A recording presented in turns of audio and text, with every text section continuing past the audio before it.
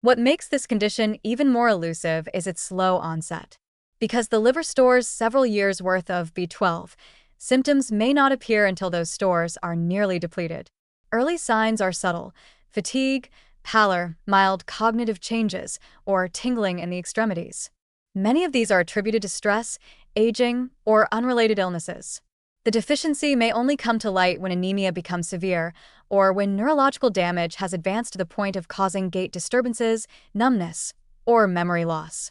Even then, standard blood tests may fail to detect the issue, particularly if the patient has recently consumed fortified foods or supplements that temporarily mask low tissue levels. In classical pernicious anemia, the underlying problem is autoimmune.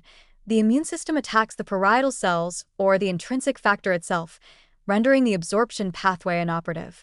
However, similar malabsorption can also result from chronic gastritis, gastric surgery, such as bariatric procedures or partial gastrectomy, or long-term use of acid-suppressing medications.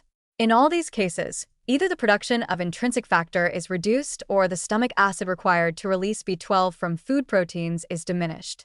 Without this initial step, even the intrinsic factor that is present has no B12 to bind to, further compounding the problem. This functional breakdown in absorption has a cascading effect on multiple systems. Red blood cell production falters, leading to megaloblastic anemia, a hallmark of B12 deficiency in which cells grow large but fail to divide properly. The nervous system also suffers. Myelin synthesis slows, methylation pathways become impaired, and neurotransmitter imbalances begin to manifest. Over time, the brain and spinal cord may develop lesions, particularly in the dorsal columns, which govern fine motor control and proprioception. These changes are often irreversible if not addressed early, yet they are preventable if the malabsorption is identified and bypassed with appropriate therapy. Fortunately, B12 deficiency caused by intrinsic factor absence has a straightforward solution, just not through diet alone. High-dose oral supplementation, typically 1,000 to 2,000 micrograms per day, can sometimes flood the system and allow passive absorption through the gut wall, bypassing the need for intrinsic factor. However, in cases of severe deficiency or poor compliance, intramuscular injections of B12 offer a more reliable path to repletion. Once adequate levels are restored, maintenance doses, either oral or injectable, can sustain health and prevent recurrence, though lifelong therapy is usually required. Despite its treatability, the problem persists largely because this specific absorption failure is often overlooked. Symptoms that mimic aging, mood disorders, or neuropathy are frequently misdiagnosed.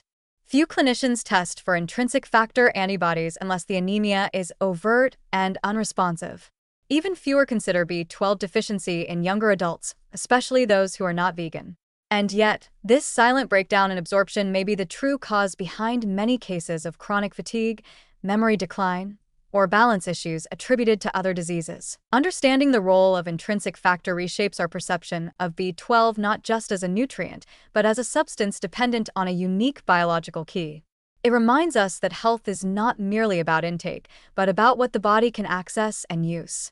In the case of B12, a well-stocked kitchen means little without the right cellular tools to unlock the nutrients' benefits. And for the millions who may lack intrinsic factor, whether due to autoimmunity, medication use, or gastric changes, recognizing and treating the malabsorption may unlock far more than just red blood cells. It may restore energy, cognition, and quality of life itself.